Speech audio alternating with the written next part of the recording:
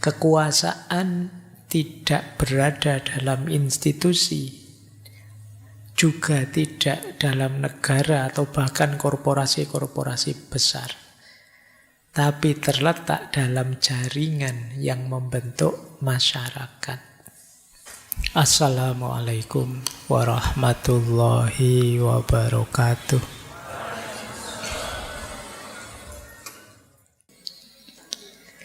Jadi ini perubahan-perubahan.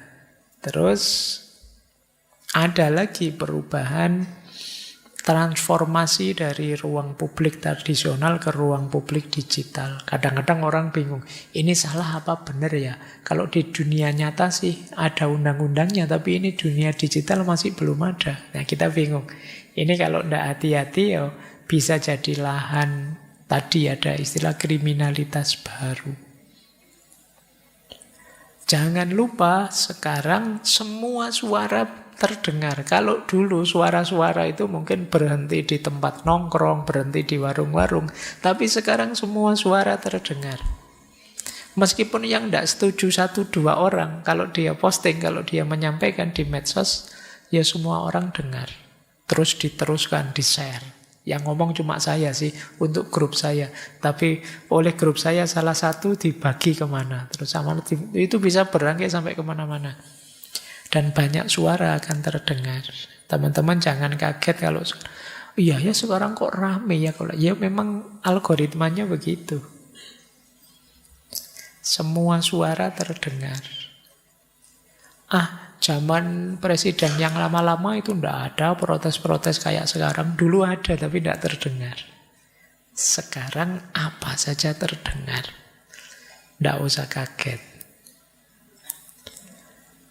Kemudian hari ini masih tadi ya rumusnya, siapa yang pegang informasi, dia yang punya kekuasaan. Jadi siapa yang punya akses dan kendali atas informasi, dia yang punya kekuatan besar. Maka berusahalah untuk seluas mungkin punya pengetahuan, punya informasi. Apalagi kalau itu dalam bentuk big data. Big data itu bisa diatur, dijadikan algoritma untuk mempengaruhi, mengarahkan suara masyarakat. Jadi kadang-kadang kita itu tidak sadar disetir, diarahkan. Entah dengan buzzer yang mana, entah dengan pengarahan yang mana. Cuma kita merasa, ini saya mikir sendiri kok Pak, saya kritis. Iya, kamu tidak sadar sebenarnya kamu diam-diam dipengaruhi. Pelan-pelan bawah sadarmu dimasuki berbagai informasi. Padahal mungkin awalnya kamu nyekrol kayak iseng saja, tapi kan itu masuk pelan-pelan terus. Lahirlah perspektifmu saat ini. Apalagi mereka yang pegang big data, yang ngerti kalian sampai detail karena datamu mereka pegang semua, itu mengarahkanmu gampang.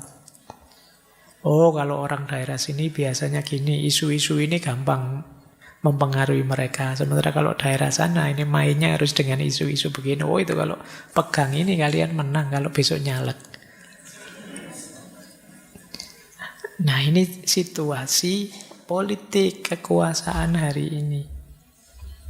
Gerakan sosial juga bisa melalui jaringan, hacker, aktivisme digital. Ya kemarin contoh kan itu ransomware dan lain sebagainya itu. Informasi kita bisa dicuri orang, dibocorkan, dipakai orang. Kita tidak tahu siapa tiba-tiba WA atau barang. Ini kapan itu saya daftarnya kok tiba-tiba dikasih iklan. Itu yang terjadi hari ini. Apalagi belum disinformasi, malinformasi. Orang bisa bikin berita palsu, kemudian dimanipulasi sedemikian rupa sampai kita percaya. Apalagi kalau dia pasukannya banyak. Apalagi kayak kalian tadi, akunnya banyak. Satu orang akunnya 100, itu kalau satu orang ini benci kamu, itu kamu diserang 100 orang. Di medsos. Oh, itu kan ngeri situasi hari ini. Jadi orang bisa main sesuai keinginannya. Baik. Pak, tapi viral loh Pak. Banyak orang begitu. Ya banyak orang itu ya bisa saja diatur. Oh ini sekarang pertarungannya ada di ranah digital ini. Belum lagi kalian diawasi setiap hari dalam banyak aspek. Kenapa? Budaya digital tadi. Budaya digital itu kan membuat kalian, sering saya jelaskan, budaya digital itu orang sering, yang penting aku tampil, yang penting aku eksis, aku klik maka aku ada, aku posting maka aku bermakna. Itu kan. Dan kamu sendiri yang membuka dirimu lebar-lebar. Akhirnya apa? Kamu terawasi secara otomatis. Jangankan aktivitas penting, mau sekedar makan siang, sekedar ngopi aja kan kamu foto cekrik terus kamu share. Wah, makan siang hari ini gitu kan. Tadi ngaji filsafat tadi berapa itu kamu foto kopinya, menu ngaji filsafat malam ini, ngopi itu. Dan orang sak dunia tahu ada kopi yang sejenis itu. Jadi sekarang orang menyebutnya era transparansi, keterbukaan total. Yang buka siapa? Bukan orang lain. Kamu sendiri yang buka dirimu secara total. Orang tahu detik ini kamu ada di mana, mau kemana, nanti pulangnya kapan, jam berapa. Dari mana? Kamu sendiri yang cerita.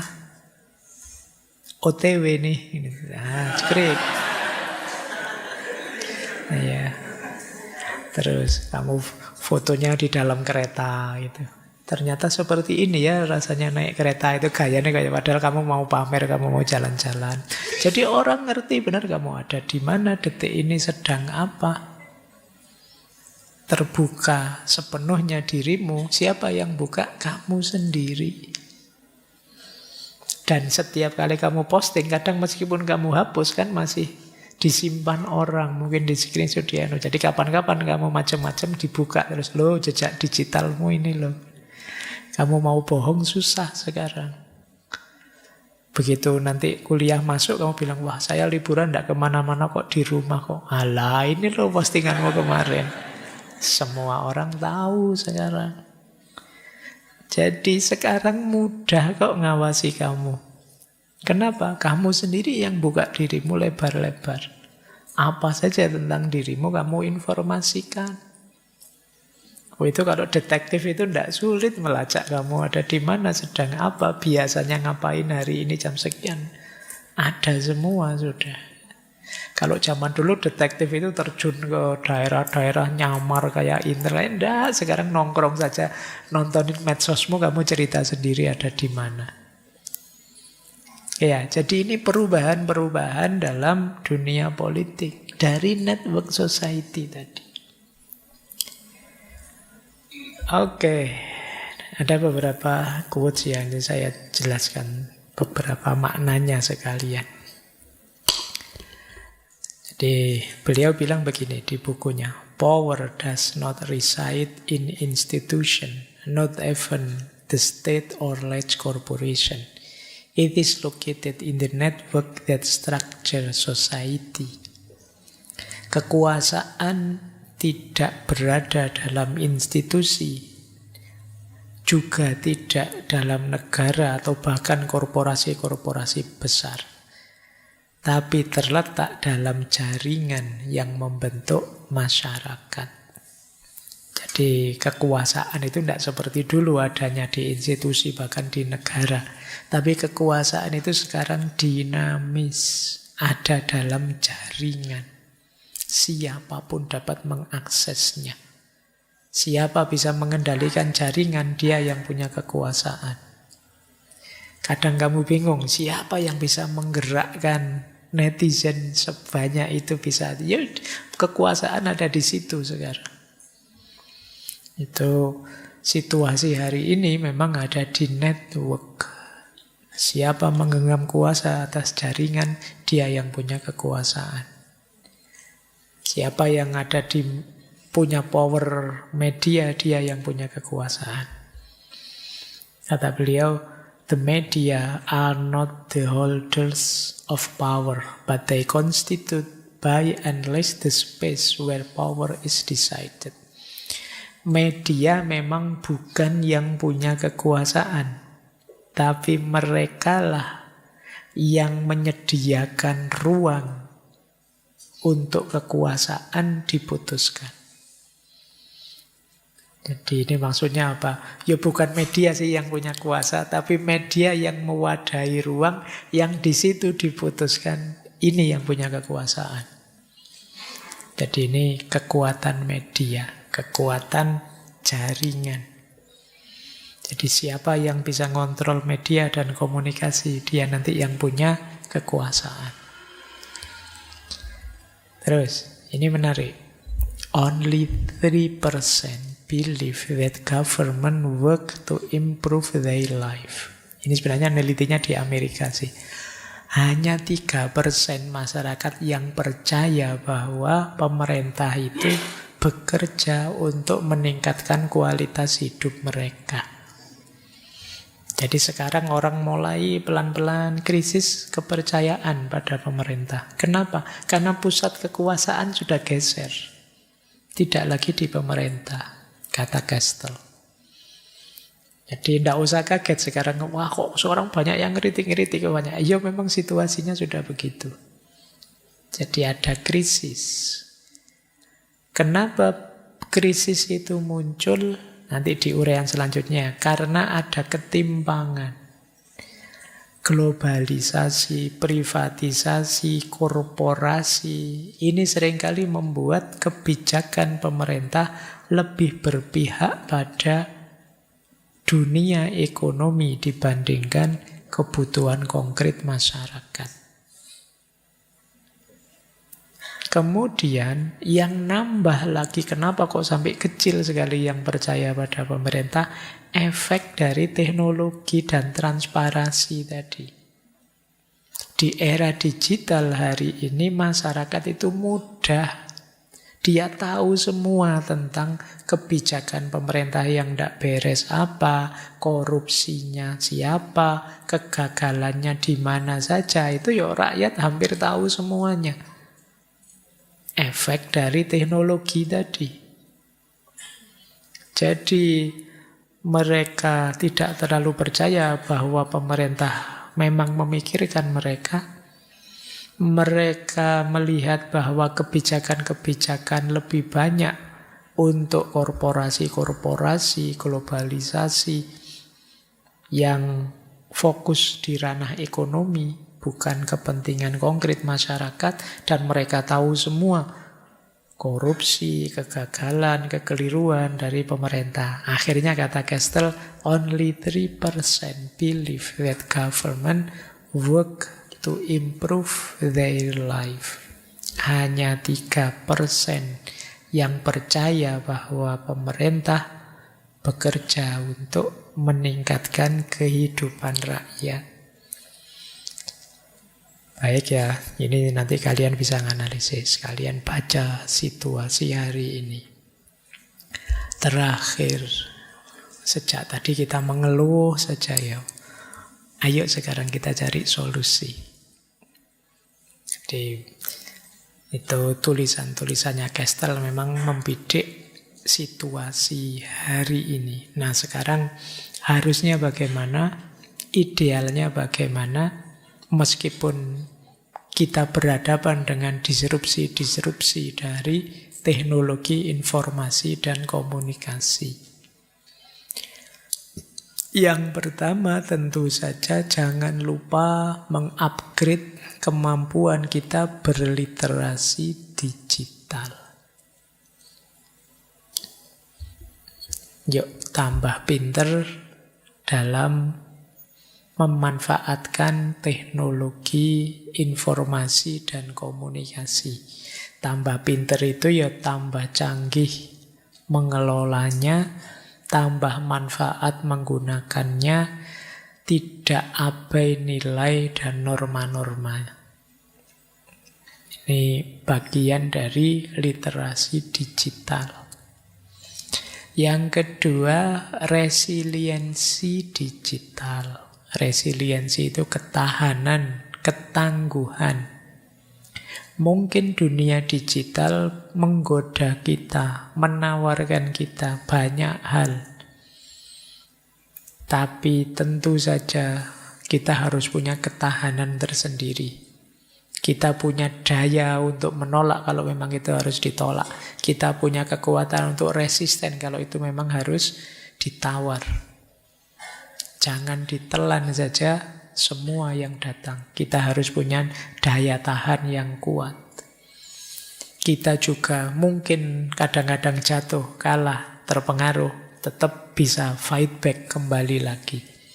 Itu yang disebut resiliensi. Yang ketiga, membangun jaringan itu niscaya, karena hari ini apa saja berhubungan dengan jaringan, network. Tapi ayo membangun koneksi network yang positif untuk hal-hal yang positif. Pastikan kita ada di circle yang positif, di jaringan yang positif, bukan circle yang toksik, yang negatif. Karena kalau jaringan kita negatif, ya kita bagian dari negativitas itu. Semoga kita bisa jadi problem solver, bukan part of the problem. Jadi bukan kita. Sejak tadi itu kan mengeluh terus sejak awal. Semoga bukan tentang kita, tapi kitalah yang menemukan solusinya. Kemudian ayo kita punya identitas, kita punya prinsip. Jangan diombang-ambingkan terus. Seperti saya bilang tadi, identitas yang terlalu cair, terombang-ambing, tidak akan membuat kita produktif. Mari kita tegaskan siapa kita. Kalau memang yang saat ini menurut teman-teman belum maksimal, bisa bikin seperti Castle tadi, ada project identity. Identitas ideal yang kita inginkan seperti itu saya besok. Itu project identity namanya. Jadi kita punya visi apa, besok ingin jadi apa, sebut itu sebagai identitas kita sekarang. Di mana nanti hidup kita pelan-pelan menuju ke sana. Baik, jadi identitas tidak selalu harus kenyataan diri kita sekarang. Kalau kenyataan diri kita sekarang membingungkan, bikin project identity. Apa yang kita inginkan tentang diri kita besok. Itulah diriku. Nah, jadi ayo kita punya identitas yang kuat. Kemudian jangan lupa, seperti tadi disebutkan, kuncinya ekonomi informasi adalah kita kreatif dan inovatif. Mari kita upgrade diri kita jadi orang yang kreatif. Jadi punya banyak ide, punya banyak gagasan baru. Kalau kita bisa melakukan ini, kita akan jadi sentral dalam jaringan. Jadi kita akan punya power, punya kekuasaan. Dan yang terakhir, komitmen nilai. Ini jadi benteng terakhir. Disinilah kita manusia tetap jadi manusia dengan nilai, posisi, dan perannya. Mungkin teknologi banyak mengambil alih posisi kita, tapi tetaplah kita jadi manusia yang tidak kehilangan nilai-nilainya. Yang terakhir ini yang menjamin bumi ini tetap bercorak manusiawi. Karena kalau tidak, apalagi kita kehilangan nilai-nilai kemanusiaan, mungkin yang tersisa kebinatangannya, yang tersisa kehambaan, kesia-siaan kita sebagai manusia, ya peradaban manusia akan berakhir. Baik, jadi ini mungkin beberapa, yang terakhir ini dari saya sebenarnya, terinspirasi dari tulisan-tulisannya Castle tadi. Jadi ini sebut saja ini penjaga gawangnya. Kalau kalian tidak ingin ditelan habis oleh network society. Jadi mari kita meningkatkan literasi digital, meningkatkan resiliensi digital, mencari jaringan yang positif, menegaskan, menegakkan identitas, kreatif, inovatif, dan berkomitmen pada nilai-nilai. Baik, saya kira itu ya untuk malam hari ini. Ini masih kita lanjutkan minggu depan di McLuhan kalau tidak salah. Bahwa medium is the message. Yang kita sebut media ternyata itulah intinya. Tapi ini kita perdalam lagi minggu depan ya. Ini analisisnya sedikit lebih dalam dibandingkan network society. Setelah itu kita ketemu filosof dari Korea Selatan yang membahas burnout society. Burnout society itu masyarakat yang sudah mulai kelelahan. Kalian diam-diam sebenarnya sedang kelelahan. Yang tadi sedang bingung kehilangan identitas, itu sebenarnya kalian sedang kelelahan. Dan masyarakat kita memang sedang kelelahan. Burnout society. Dan terakhir kita tutup dengan gagasan-gagasan dari Ziauddin Sardar, filosof muslim dari Pakistan. Mungkin beliau punya gagasan post-normal times. Mungkin menarik dari beliau kita ambil beberapa aspek etiknya. Bagaimana kita menyikapi situasi post-normal, termasuk network society ini. Oke, saya kira itu ya untuk bulan ini. Semoga kita tetap dianugerahi keistiqomahan untuk belajar. Saya akhiri sekian, kurang lebihnya mohon dimaklumi, dimaafkan. Wallahul muwaffiq, wallahu a'lamu bissawab. Wassalamualaikum warahmatullahi wabarakatuh.